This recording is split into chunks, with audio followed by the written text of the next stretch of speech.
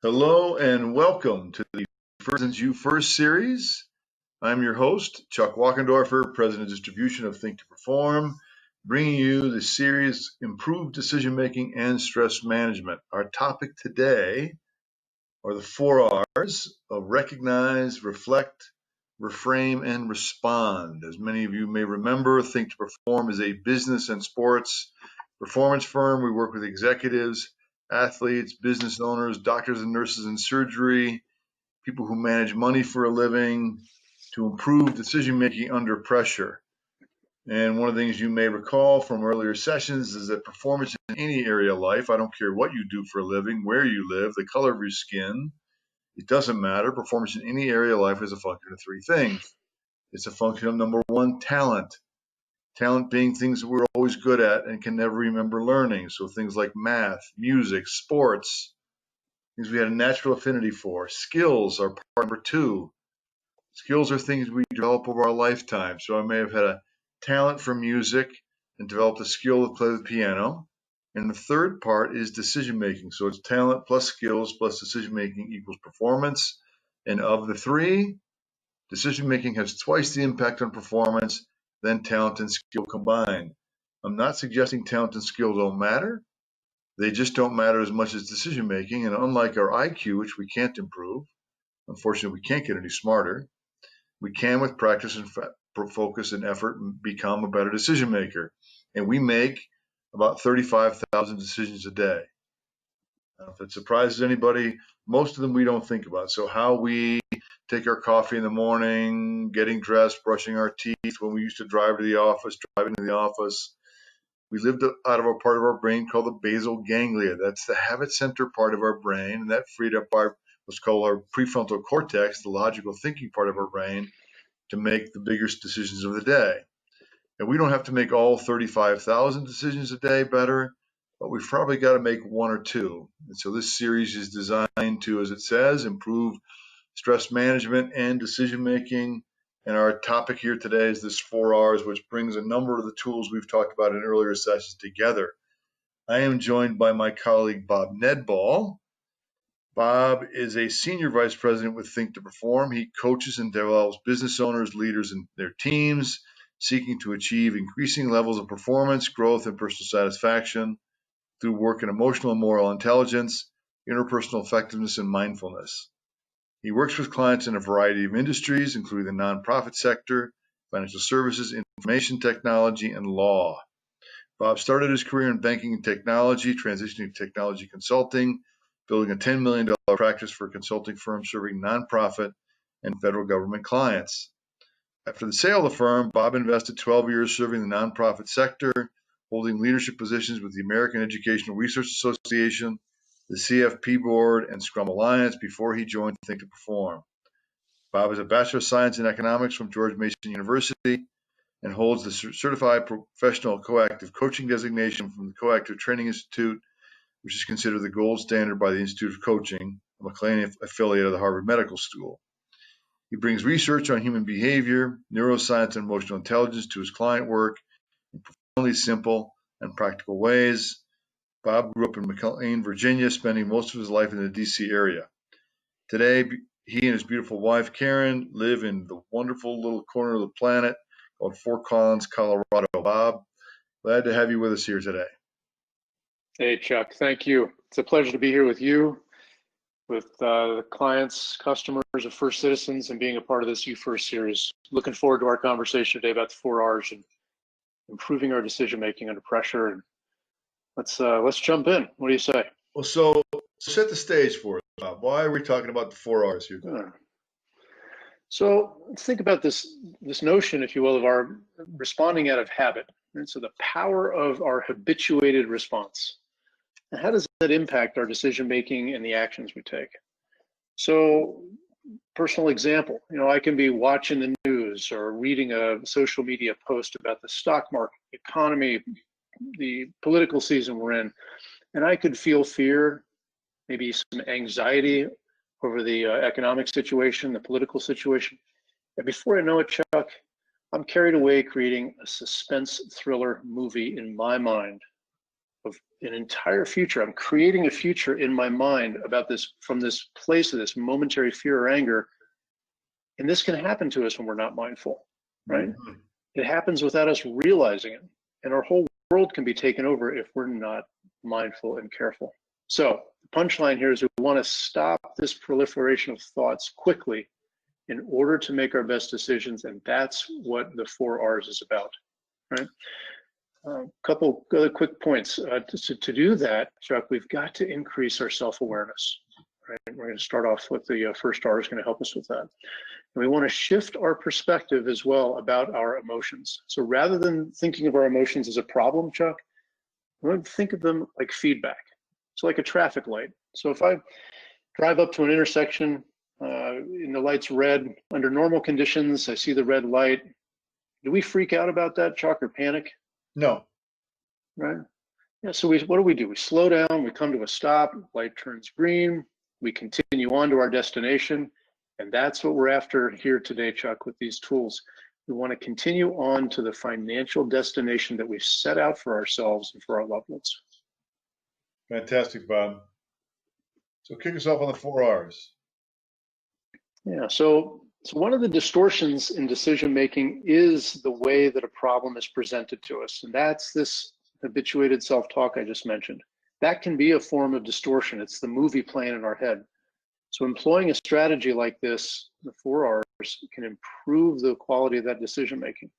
So the 4 R's forces us to be more accurate in the way that we weigh the problem that's before us. It helps us analyze and think about ways that we can respond, right? So we're going to go through how to recognize what's going on.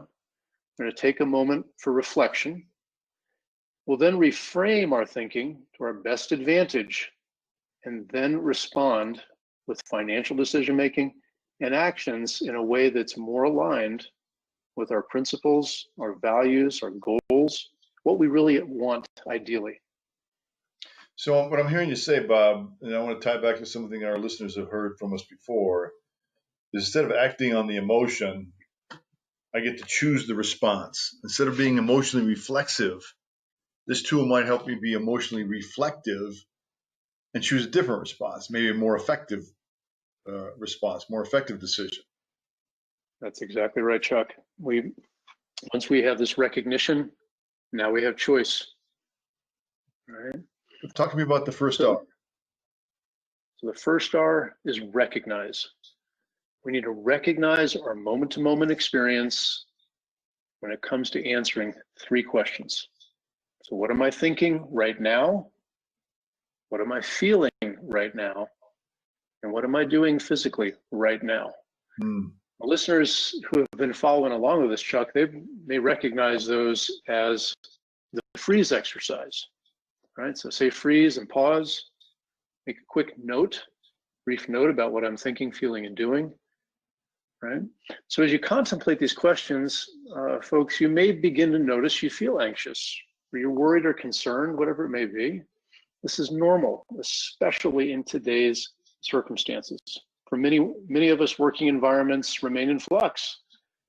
Those of you with parents, with school-aged kids, you're responding to changing circumstances as well. Are my children going to be in school? Will the schools be open?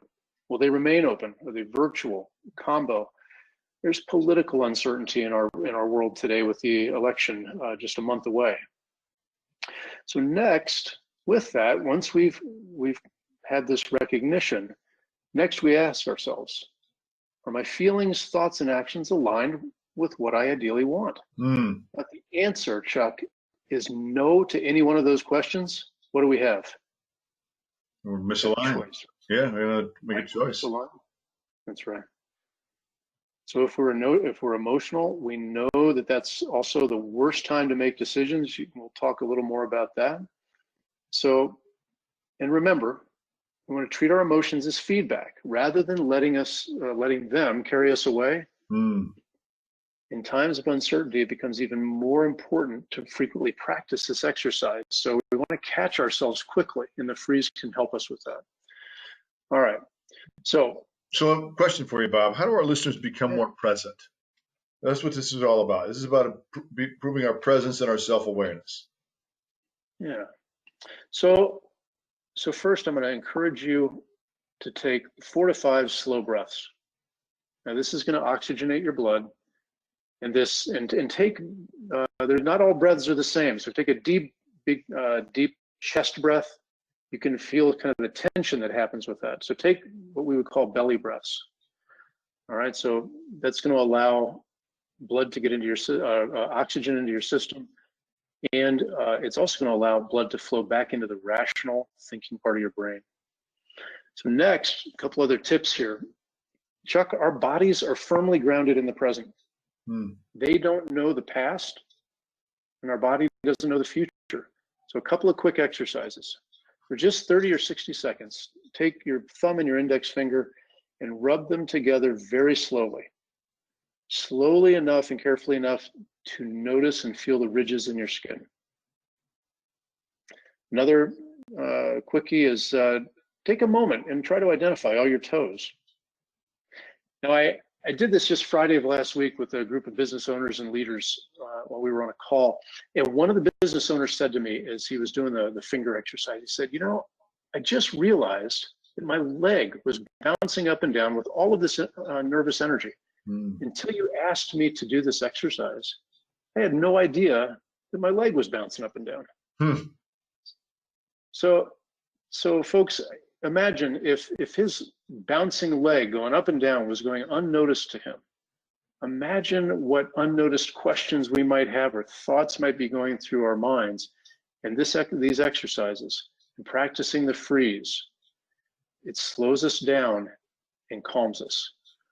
Well, it makes us aware potentially of something we hadn't noticed before, right? If I hadn't noticed, as in your example with your business owner last week, that his leg was bouncing up and down, he realized he was nervous or anxious. That's right. Some data he didn't have. And as our listeners will remember, our emotions tend to sacrifice accuracy for speed. They want us to respond very quickly and are usually wrong. So the worst time to respond to a situation or make a decision is when we're emotional. So the first R, Bob, I'm hearing what you're saying, is all about practicing the freeze. And as our audience has heard us talk about in the past, we want to be practicing the freeze multiple times a day so that we can catch ourselves getting emotional and then potentially make a different choice to be, as we've talked about, becoming emotionally reflective. Exactly right. So we've got this awareness, the recognized step, the first R, the freeze exercise, we're aware. So now we shift to the second R. This is reflecting. So with this awareness, now we have choice. And now that we're in this present moment, we can take a moment, and Chuck, we like to say that let's take them and tune into the gratitude channel. What's that, Bob? Ask yourself. Gratitude channel. Yes. So let's just ask the simple question: what are things in my life that I'm most grateful for? What are the people in my life, the circumstances in my life that I'm most grateful for? And this perspective, it opens up our thinking. It actually shifts the thoughts in our mind. We're tapping into the cognitive, rational thinking part of our brain when we take this step. So reflecting, the second R, is about calming down. All right, and tap into what's going well. What am I grateful for? So with this calming down, next, let's reflect on the bigger picture. Reflect on your values, right? You become more in tune with the moment-to-moment experience you're having with this bigger picture in mind. And with that, you're increasing your alignment with your bigger picture, you're increasing your alignment with what you care most about. And that is a great place from which to make decisions. So now that we're calm, we can think more logically. That makes sense to me. What does that enable us to do, Bob? Now we have the opportunity to reframe, right? And reframing, Chuck, the third R, this is huge. Now that I'm calm, I can think more clearly about my other options, right? I can change my self-talk For most of us, Chuck, about 75% of our self-talk is negative.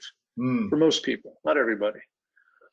So I can change that monologue going on in my head, that movie that was playing in my head that I opened up the session with, and I can avoid a highly charged reaction to that situation.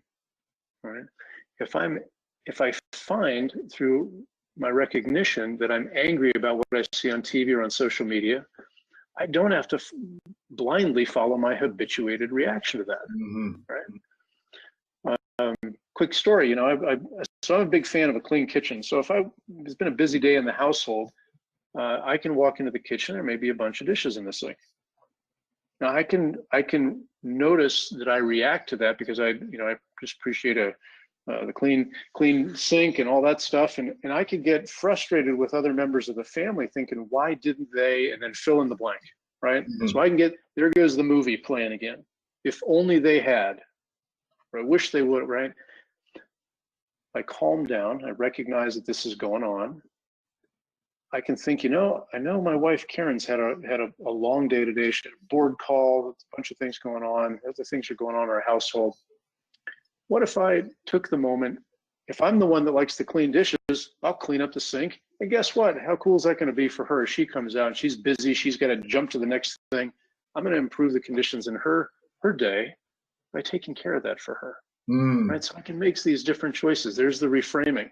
I could have blamed her. Like you could choose which is maybe to get angry or annoyed, but right? To just be in the sink. You thought back on your values, which one of your values is family relationships. Family relationships. And so you chose you thought through your options. I could respond negatively or I could respond positively. And you chose proactively to choose the other response, the secondary response. That's right. Tapping into the gratitude channel. I'm grateful for the life we have for my wife. Exactly. It's exactly right, Chuck. Fantastic. So, and that's your fourth R. There you go. I'll get a few tips real briefly for the listeners in the audience. So one of the things that you can do on your own, or you may find your First Citizens wealth professional advisors, those that you work with at First Citizens might ask you some reframing questions, right? So if we're in this emotional state, one thing we can ask ourselves is there data, Chuck, that challenges this belief I'm holding at the moment? One of the things that happens when we're in this negative place is that we tend to overlook, not even recognize that there could be some information out there that challenges the belief I'm holding at the moment, right? Another thing that we could ask ourselves is, how would somebody that I respect, maybe it's a parent, grandparent, a close friend, a mentor, how would they respond to this situation? Completely change your frame of reference there, right? And then you can start to ask yourself, so what would be a better choice? What are the advantages and the disadvantages of these options as I'm weighing trade-offs, right? So after weighing your options, Chuck, your trade-offs, now you're equipped to make a decision, which leads us to the fourth R, which is responding. So now we're framed in this place of a positive mindset, and this is the place that's more consistent with the values that you hold, folks, the things that are most important in your life, right? Your principles, values, your beliefs, more aligned with the goals that you've set out for the long term in your financial future. So responding in this way, when you think about reframing, I want to challenge or want to encourage you to keep a generous frame of mind, okay? Be generous with your thoughts, have confidence in the planning that you've done with your First Citizens professionals. Be careful with your judgments of yourself or others, right? And from that place, Chuck, we can respond most effectively. Yeah, you know what I'm hearing you say, and I want to underscore this for our listeners here today, is when we're emotional, we can't think logically. And so we want to resist to make a decision when we're emotional, and we got to figure out how to open up the logical thinking part of our brain, which is what the first two R's do. The first R enables us to be aware of our state of emotions. And if it's high energy, either high energy, negative or positive, well, then we've got to calm down. And therein lies the opportunity for the second R. As we employ the second R, think about our goals and objectives, our values, or turn on the gratitude channel, change our breathing. All of that enables us to calm down, which then employs the ability for us to think about our options. But too often, because we're emotional, we don't calm down, or we don't know how to calm ourselves down. We can't think about our options. All we can focus on is the option that right in front of us is, I'm going to do this. And that's where we make a suboptimal choice. We make a decision that's not aligned or less aligned with what we ideally would like to be. And therein brings all of these tools together: the freeze exercise, the alignment model, the values cards. The 4 R's brings all this together into one tool. We talk about the 4 R's. The 4 R's also happen to be alphabetical. It's a coincidence. That's the way I remember them. Recognize, reflect, reframe, and respond. Right? But too often when we're emotional, we want to go to the 4th R. Right? Jump to respond. I'm upset, going right to decision making. And I think about in our own life, the things that we often regret, decisions we made that we wish we could take back, were often when we were emotional. So we got to slow this whole thing down. Where this expression "sleep on things." When we sleep on things, we calm down, and we don't always have like a whole 8 or 12 hours to slow that decision down. A lot of times we're in an interaction, so we got to be able to employ the 4 R's to calm ourselves down pretty quickly. I'd like to underscore something you said there, Chuck. And folks, I know the context today is your preparations for your future, your financial planning, your financial decision making. But notice that what we're talking about today, what Chuck and I are referring to, this can impact positively many aspects of our lives. This momentary pause and thinking through that we've talked about today. And a mentor of mine once said to me, Chuck, and you may know the guy, Bob, make reversible decisions quickly, make irreversible decisions slowly. This is some sage advice that can help us make our best financial decisions when we're in times of uncertainty, and many decisions throughout our life. And one of the thought, folks, when your financial citizens advisor or professional is working with you, keep in mind that the value of your advisor helping you is preparing for your future, right? Not predicting the future, preparing for your future. And they want to ground you in your plan. So if we call them upset, angry because of conditions out in the world, uncertain, that's all normal. But recognize that this focus on our plan is changing the story. That story I started out the session with, it was emotionally driven, and right, the suspense thriller, who knows what the heck is going to happen. This focus on our plan changes that story, right? So rather than reacting reflexively, Chuck said earlier, our emotions want us to act quickly and they're usually wrong. We can change that movie in our mind and pause, go through these steps, and respond reflectively based on our plan. So that's fantastic, Bob. I like the way you said that. And so what I'm hearing you say is the financial planning becomes a tool or a guide so that when we get emotional, if we can reflect back on the goals we put together in the plan, think about our values that were important to us, that enables us to calm down. And as we've talked about in previous sessions, 87% of portfolio growth is saving and investing behavior. So what people decide to do with their money matters more than investment selection, asset allocation, and market timing combined. So the value of the plan is not that there's ever a perfect financial plan put together, because planning is dynamic, but it does give us something to refer back to see if anything has changed. And if it hasn't, it can enable us to calm down and then explore other options.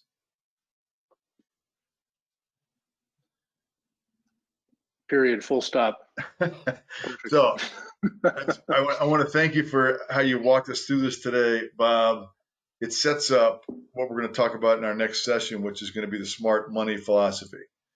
So the 4 R's enables us to employ a tool, plan the freeze, knowledge of our values, so that when we get emotional, we can calm down, explore other options, and make better choices. The smart money philosophy in our next session is going to enable us to be, on a proactive basis, prepared for any level of uncertainty, no matter what happens. So instead of predicting the future, we're prepared for the future. And when we need money, there's a smart place to get it. On behalf of Bob Nedball and myself, I want to thank you for your time and attention here today. If you'd like to learn more, you can go to our website at Think2Perform.com or contact Kyle DeBell and our team at kdebell@Think2Perform.com. You're also encouraged to contact your professional, the First Citizens Associate. You can also visit them at firstcitizens.com. On behalf of Bob Nedball and myself, I want to thank you for your time and attention. And please join us for our next series, The Smart Money Philosophy.